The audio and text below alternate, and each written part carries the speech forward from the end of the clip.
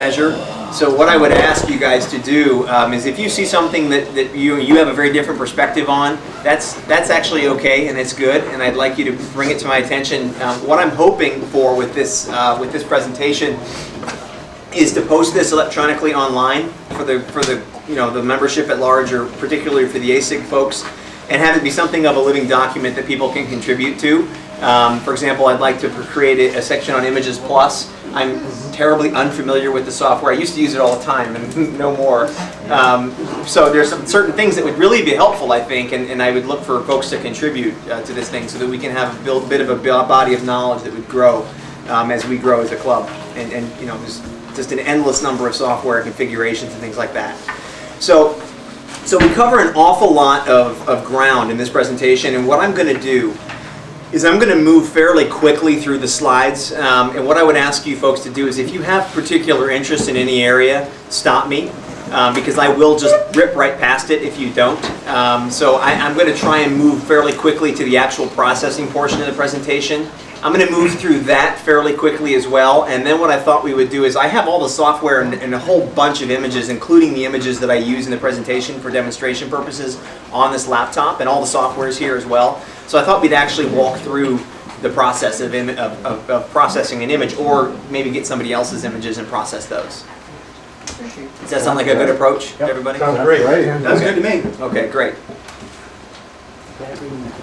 Well, one of the advantages that we have over even just 15 years ago is there's just a huge number of stuff available to us as astrophotographers, and just in the last, I think even in the last 5 years, the number of equipment options that we have and the prices on those equipment has significantly increased and decreased proportionately. From a mount perspective, there's all different types of mounts that are out there, all different types of telescopes. There's no one telescope design that is better than another one. They're all multi-purpose. They all can be used for a variety of things. From an astrophotography perspective, though, you guys are going to hear me talk in fairly disparaging terms about some pieces of equipment. And if you have them already, that's okay. Don't feel bad. And they may work really well for you. One of the big things we struggle with equipment is consistency. Particularly, you'll hear me talk in disparaging terms about the fork mounts that are available from Meade and Celestron. Sorry.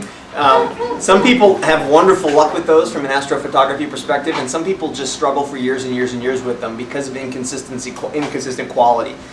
So we'll talk about that a little bit more. Cameras, the cool CCDs that we have, the DSLRs, the modified DSLRs, it's just awesome. And the software, unbelievable amount of stuff from plate solving to planetarium. So we'll talk about all of these things over the next maybe 20, 30 minutes. 15, that's optimistic. So here's some choices, and who here already has an imaging system or a telescope system of some point? Is anybody looking to buy? Like you haven't really... Okay, good. Always looking to buy. No, there's a couple people. Above and beyond the normal. I'm looking to buy. Right? If anybody's selling, let me know, because you never know. But there are a few people here who haven't actually bought systems yet, so that's good. And what I would say is a couple of questions to consider as you're thinking about what type of equipment you might like to buy. Is astrophotography the primary goal for the system? This is a really important question, because a system that's set up well for astrophotography is probably, may or may not be ideal for visual use. People always, I tell people about my telescopes, the RC optical systems, 12-inch Ritchie Critchian, like, wow, I'd really like to look through that scope. And I'm like, I don't know what it looks like. I've never looked through my telescope. I mean, I have never put an eyepiece in that telescope and looked through it. I don't even know. I mean, I guess it'd be good. I don't know. My Epsilon astrograph, I've heard people who have looked through it, and they've given me reports of their systems, and they say it's about equal to like an 80mm refractor in terms of the quality of the image. It's not good. The size of the exit pupil and all these things, these terms that I'm not familiar with that the visual guys know inside and out. Scopes for astrophotography just aren't designed. They're designed to throw nice image circles with nice flat fields, and you'll hear all these terms as we go through here. They're not designed for your eye. It's just not what they're designed to do. So think about that. Another one that people have, a challenge people have, is they'll already have equipment, and what's worse than just buying poor equipment and trying to do things with it is just throwing a ton of money and saying, well, that'll solve my problem. I'll just buy this mount. I'll just buy a better telescope. I'm just throwing a lot of money at it. what I encourage people to do is if you already have equipment and you're interested in astrophotography, make sure that you're getting the most out of your equipment right now. I remember back in the early days, 4 years ago, some of these folks like Dave Gooden sitting right here, with relatively mediocre equipment, was producing some phenomenal images. I mean, back when the old ASGT days, when we had the really old CG5 style mounts, and my comment was always, I think Dave Gooden could do more with popsicle sticks for a mount than I could do with a Paramount at that point. And I think I made that comment a few times. And it really is true. If you can maximize what you can possibly do with the equipment you have, it really will position you well for making the next choice as you move forward with your equipment purchases. As opposed to just going, I just want to get a Lowe's Mandy, I just want to get a Paramount, I just want to get an Astrophysics. Get everything you can, squeeze every bit you can out of what you have now. Do you like to tinker? This is a really important one. Certain pieces of equipment need to be worked on in order to get the maximum performance. And that's something important to consider, particularly if you're looking at some of the lower end equipment. Some of it can really do amazing things. You got to be willing to take it apart, tune it. There's websites on how to do all these different things for all these different pieces of equipment. Think about it. If you're not willing to do that, if you're not willing to collimate a telescope, mirrors, alignments, collimating eyepieces, Cheshires, if this stuff is all something you don't want to deal with, think about that when you start looking at refractors and things that don't require that level of tinkering. We call them manly refractors. Yeah, is that right? Yeah. Is that what we call them, Ken? I've never had a refractor, but you'll see it's clearly one of the favorites of astrophotographers. Budget. Don't undersell your budget ultimately will be. It's better to spend $6,000 today than to spend $2,000, $5,000, $5,000, $5,000, over the next, year. So, think about it. What is your budget and push it as far as you can in terms of getting the equipment.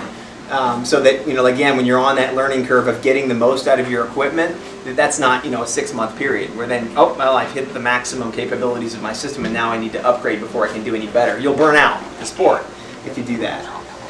Do you need to be portable?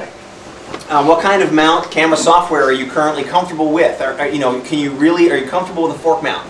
Does the German equatorial just scare the crap out of you? It certainly did when I first set mine up. I was like, how do you tell where it's pointing? I mean, it's all these angles, and I couldn't point it at anything. I mean, I had no idea. I'm like, it's pointing at the ground. What the hell's wrong? And there's a lot of terminology. Get familiar with it. And the last one is probably the most important. You think about what your spouse is going to do when you get into this sport, because my wife, true story, she refers to my mount, which is a Lowe's Mandy Titan, she refers to my mount as Loose Mandy, the other woman. and when I go out to the desert, I'm going to spend the night with Loose Mandy. True story. Fortunately, she's good-natured about it. Mine calls it Lexi. What's that? Mine calls my LX200. She calls it Lexi. Lexi. There you go. Lexi tonight. There you go. So let's talk about some of the two major types of mounts that are out there. Clearly, these are the two most common that you're likely to encounter. In fact, I'm not sure there's a lot of other varieties out there, but I could be wrong.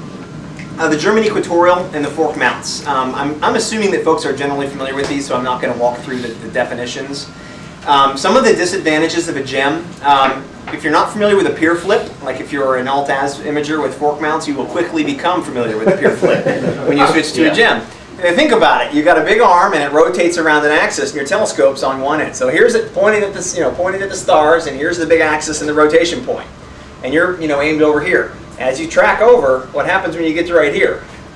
Well, hopefully your mount stops. If it doesn't, it just keeps right on going, and it crashes your telescope and your camera into your tripod or your pier. That's bad. It can't track past the meridian. It has to do a flip. So that's definitely, in my opinion, a major disadvantage. And I've had more problems with pier flips when it comes to automation and whatnot than any other function that happens with a telescope. They're more expensive. They're much bigger and heavier in most parts. Sometimes they break down into two components, but they're big and heavy. A lot of weights to install, counterweights, things like that. And frankly, they're just not intuitive. When you point them at the sky, it's like, wow, it's like a contortionist, getting around there, but it does it. Some of the advantages, more weight is actually better in most cases. It's much more stable. It's going to dampen vibrations faster. It's easier to change out instruments. That's a big one. You can't just throw another telescope on your fork mount. It's pretty bolted on.